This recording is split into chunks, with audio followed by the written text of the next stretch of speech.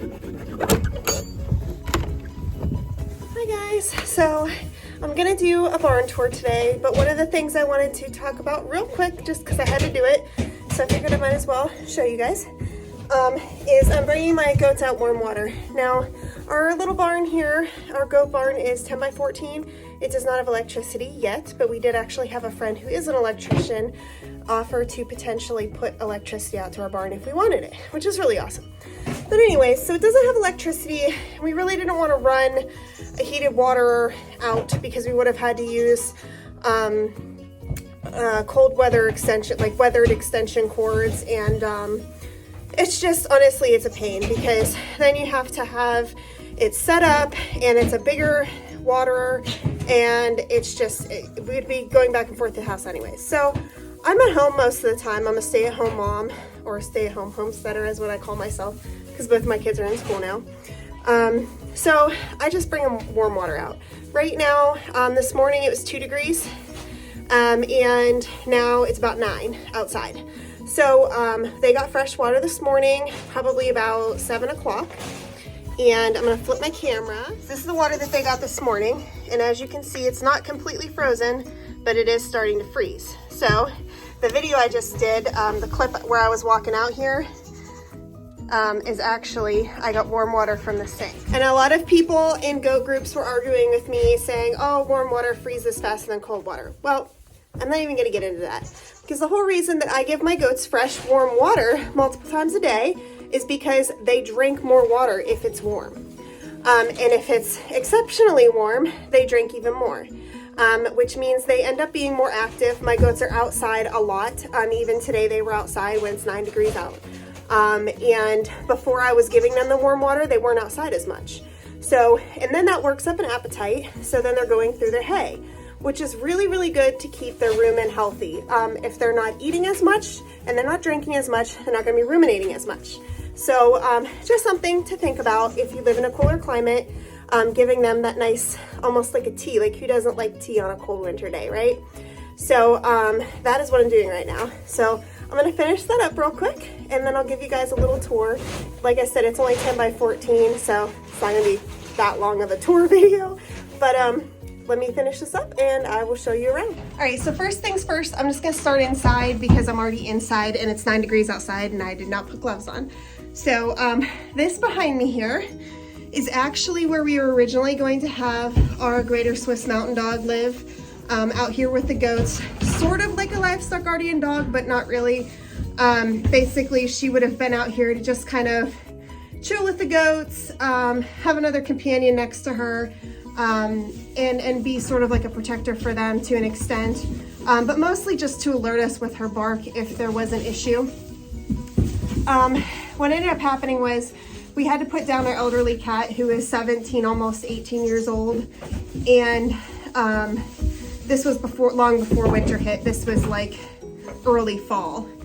And I really missed having an animal in the house. So needless to say, our Greater Swiss Mountain Dog, Dolly Parton, is now an inside dog, to the point where she gives me dirty looks when I leave her outside. But right now with the snow out here, she's basically a snow vacuum. So now she gets mad at me when I bring her in. But this was originally her area. But the good thing about us not having her out here is we can actually use this for a kidding stall now, as well as to keep the kids in once we put the mamas back over in their regular stall. So I'm gonna flip the camera because I feel like I'll be able to kind of capture the area a little bit better. Okay, so this is the area, and I wanna say it's about 6 by 6-ish, something like that. So it does have a door on it that latches. Right now we've been storing hay in here and their straw for bedding. Now I will say, if you go up here, you can see we have this tin roof. With the heat from the goats, it is actually, and I don't know, it's not doing it today, but what actually ends up happening is the condensation was dripping onto the hay. And for a lot of reasons, that's really bad for goats. Mold, different issues can happen when you have wet hay. So that was not a good thing. So we do have a tarp right here. I did see somebody posted about a certain type of insulation that basically we would attach to the rafters and seal it off. And what ends up happening is it does not allow heat to escape through it, and it doesn't allow heat to come down through it. So basically it would only hold the heat that they're generating in the barn, which is exactly what we want. Now we still have this window that we can open, and we do still have airflow coming in from their double gate here. So we still have plenty of airflow going through the barn, but that is something that we're considering doing in the future. Now one thing is I did paint the walls white.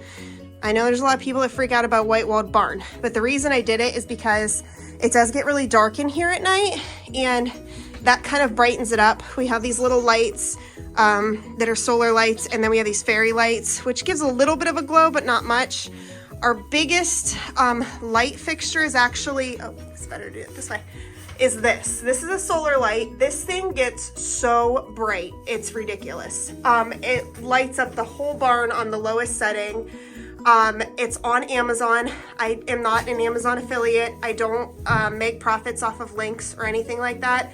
But if you are interested, if you comment on the video, I can find it for you and send you a link. We built this barn ourselves. My husband, myself, and our two boys, who are 8 and 5. And we had no building experience prior to this. My husband's done little projects here and there, but as far as like building a building with a roof and a foundation and walls, we've never done that before. So this was all new to us. So one thing, since we did it all together, that I really wanted to do once it was finished was to put our handprints on the wall. And this shows the day that we finished the barn. All of our handprints are on here, so even our little boys. And I really wanted them to feel like they had a hand in building the barn. So this barn is going to be here for a very, very long time. We set the footers in concrete. We placed, we dug down and placed, I forget what they're called, but like we put rocks down and then cinder blocks, you know, to keep the building level and keep it from sinking.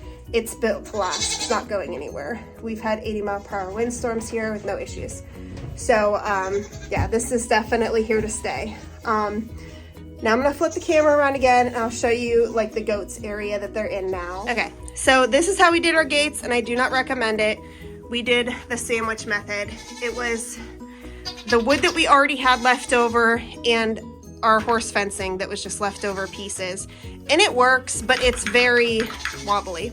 So once this locks though, they can jump on it. It's not gonna go anywhere. The other thing is for the framing to attach this to, we used brackets, and we put these beams that we attached to the high beam as well as the floor with more brackets. And then we built the fencing off of that and attached it to it. And we also had to put additional beams here and here for this area. So that's how we did that. So another thing, let me go in here, hopefully we don't run out. It's kind of their favorite thing to do. No guys, thank you. Okay, we're in. So first off, this is Margo, and she actually has an M on her side. And right there, well, you can't really see it because she's too interested. They think I have treats. Hi, babies. This is Jolene, and I named her Jolene because she looks like she has little boots. And that is Jerry Lee Lewis. He's our blue-eyed wither, sweet as can be. I love him. He's my little campfire and beer buddy. We cuddle, we love each other. He is literally the sweetest goat I have ever met in my life. Margo's a sweetie too. She's just slightly more obnoxious than Jerry, and then Jolene is just crazy, but they all have their own personalities and I adore all three of them. Our plans are to breed both of these two guys when they're old enough. They're not a year yet. They were born in April of 2021, and it's January of 2022. So they have a while yet before they're gonna have babies, but we're still enjoying them. So that's the goat introduction. So this is what it looks like kind of in their area. This is where we have their loose minerals. And we use Sweet Licks milk maker loose minerals. So that's what that is.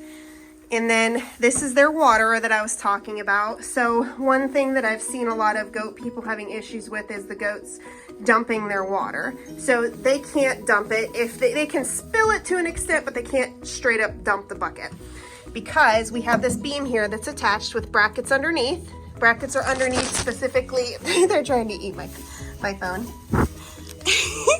But the brackets are underneath to help hold the weight. And we just have a clip here, and so they can't dump the bucket because it's on a clip here and it's on a clip here and it sits up against the wall. So they can move it to an extent, but they can't really completely dump it. It's worked out really well for us. And over here, this is our hay feeder, and we got this on Amazon. And one of the things that we did was when we installed it, you can't really see, but we put hinges here and here. If I can find it, right here. And this is just piece plywood, but it's on an angle just because of the way it was installed. So we can lift this up, put the fresh hay on top, and close it. And what it does is it prevents them from getting inside the hay feeder. Now they can jump on this, and if they do and they poop or pee, it's just gonna roll off. And this actually overhangs to an extent further out than this does. So it will drip off without going into the hay. So we kind of overplanned to an extent, but we wanted to eliminate a lot of potential risks off the bat so we didn't have to worry about it. Okay, so this is our double gate, and I actually had a girl who was from Ohio following me on Instagram while we were building our barn, asking me all sorts of questions. She ended up building a very similar barn to ours, but the thing that made me upset was that I specifically showed her this setup, and she did the exact same thing and then said that it was her idea. But I'm gonna leave it at that. So basically what we did that's a little different with our gate system is these little pieces of hardware here. This is a latch system we got at Menards, but it comes with both pieces. So we took these pieces here and we put them, when this swings out, we made sure that we measured. Watch out, Jerry boy. Watch out, Jolene, good girl. When this swings out, it's not going to do it now. It clicks into place, and it's the same exact hardware. Now we have this extra hook piece, but we don't really need it, but we have it. So that's what we did, and that way we can leave this door open all day, even with the high winds. It's not going to slam shut. So it's worked out really good for us. Now the other thing that we did, and I'm going to come in so I can show you if Jerry will let me close this. Come on, bud. Hang on, Margo. We left a gap here that was slightly bigger than these gaps, specifically so that we can reach our hand through and unlatch both doors. Oop, watch out, Margo, girl. And that way we're not stuck in the barn. And we actually did the same thing on our outside gates. We can reach through. And we did the same thing on that gate over there. Now, that gate over there is actually big enough to fit our riding lawnmower through, because contrary to popular belief, goats will not mow their yard. They will nip at different things if they find them interesting or tasty, but they will not mow your yard. We have different various things for them to play on. We have an upside down trash can over here that's next to a slide. So they jump on that and go down the slide. We also, you can't really see it because it's covered in snow, but this one's probably the best example. Basically, we just chinked out the bottom piece of wood from some trees that we cut down, put the top piece on top, and they love it. They launch themselves off of it, they stand on it, they play on it. And there's another one over there, and then just another piece of wood. And this is their fenced in area. And it's worked out really nice. And this other area here wraps around the back of the building and goes over here, which was originally where the dog area was going to be, and my fingers are freezing, so I'm going to go in the barn here. So that was originally where the dog area was going to be, but we decided to make it where the baby goats are going to be able to go. Do you want to eat my sock? So that wraps around, and that was supposed to be the dog area, but we're going to use it for the baby goat area. And we'll probably cut a hole in the wall somewhere either on this side or the opposite side of the window, and that's where they'll come in and out. But it'll just give them a little area to run around in. They'll still be near the herd where, like, you know, they'll be protected. Obviously, they're not going to get trampled by the older goats or anything like that. And I think it's going to work out really well. Now we do plan on building another barn, hopefully in 2022 this year, but we'll just have to see costs of lumber and stuff like that. because when we do breed them, I would like to have a milking barn that's separate from the goat area. And I would like to have a bigger kidding area, so that's kind of the plan. Hopefully we can make that happen, we'll see. But the nice thing is we don't absolutely have to, we can kind of work with what we've got right now. So that's the goat barn tour. And oh, the other thing I wanted to mention, come outside again. Close this. Okay. So this right here, when we flip the camera. So this was not part of the original plans. It was just flat straight across. But what was happening was rain was actually going through the gates, even when they were closed, and getting their bedding wet. So we put this little lean-to on, still get plenty of drafts. But the snow and the rain doesn't get in.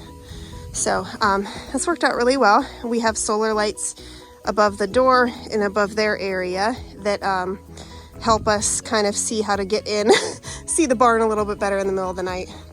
But that is the goat barn tour, and I hope you guys liked what you saw. If you have any questions, don't hesitate to ask, and I hope you have a wonderful day.